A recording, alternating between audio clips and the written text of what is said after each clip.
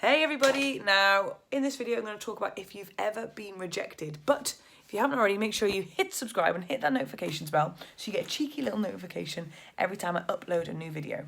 So, have you ever been rejected? I can imagine everybody has in one way, shape or form. I started off my career in the performance sort of area doing acting, and believe me, rejection is a daily occurrence. But what do you do when you've been rejected? Do you let rejection hold you back? Do you let rejection define you? Do you let rejection become an excuse for you to give up and to not pursue your dreams and your goals? Or do you let it spur you on and motivate you? Because rejection is an interesting thing. Rejection sparks a connection with our ego, because part of our ego might be like, well, no, you're fucking wrong. Why should I be rejected? I should have got this. And the other part will go, well, no, you're not good enough. You know, why do you think you can ever make it? If you've got one no from this person, you might not get, and blah, blah, blah, blah. So if you've ever been rejected, make sure that you are choosing to look at that rejection. And this sounds really cliche. I know it sounds really cliche. I'm going to say it. But look at that rejection, firstly, from a place of love. Because, you know, maybe you went for a job and you didn't get the job. Okay. If love could look at that rejection, what would love say? If love was a thing, what would love say? It would probably say, or maybe just this time you weren't right, but there'll be something just around the corner. Or maybe it would just give you a massive fucking hug. Because if we start to look at things from that perspective, we can use the rejection that we experience, whether it's in a relationship or whether it's in, you know, in career, we can use it to maybe adapt and change and grow, because that's what we do as humans, don't we? You know, you'd be naive to think you can go through life and never get a no, and you'd be naive to think that you would get to where you want to be by never adapting and changing from the feedback or criticism, whatever it may be that you get. You know, we all grow, we all learn. None of us are perfect at anything in life. You know, we're always learning and we're always growing if we choose to. However, if your ego holds you back and is determined to prove somebody wrong, sometimes that can hinder us.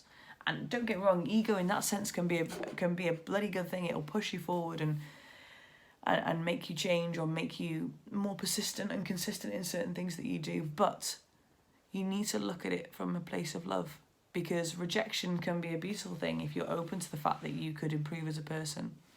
Now, maybe you're watching this and thinking, well, Hannah, that doesn't really make sense in my life. You know, I've been dumped by this person. You know, what would love think? Well, love would get back with me. Would it?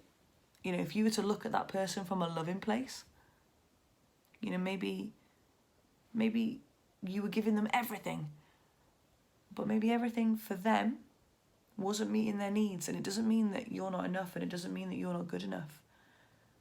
But we all have different needs, and I might not necessarily be able to meet your needs, and you might not necessarily be able to meet my needs, and that's okay. So rejection then can be a beautiful thing, because actually you're both opening yourself up to maybe meeting somebody who can meet all your needs and fulfill you. You know, a relationship isn't a project. A relationship is something that is worked on and grows with. And if your needs aren't met, then okay, move on to something else. But if you've ever been rejected, notice your thoughts around it. Notice how you think of rejection. Do you see it as a positive that will kind of force you to grow, or do you see it as a negative, something that will hold you back or make you give up? Or have you used rejection, like I said before, as an excuse? You know, have you ever received a no and given up and thought, fuck it, I'm not trying hard enough, I don't like no's, I don't like this?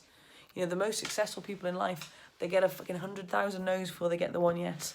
I mean, look at J.K. Rowling. She was turned down by like 27 publishers or something, and then the one person chose to publish Harry Potter.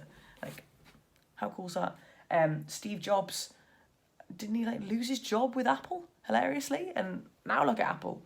You know, there are so many different avenues that you can take if you choose to let rejection push you and grow you. So I hope that helps. Hope you have a lovely day. Make sure you hit subscribe and hit that notifications bell, and I'll see you very, very soon.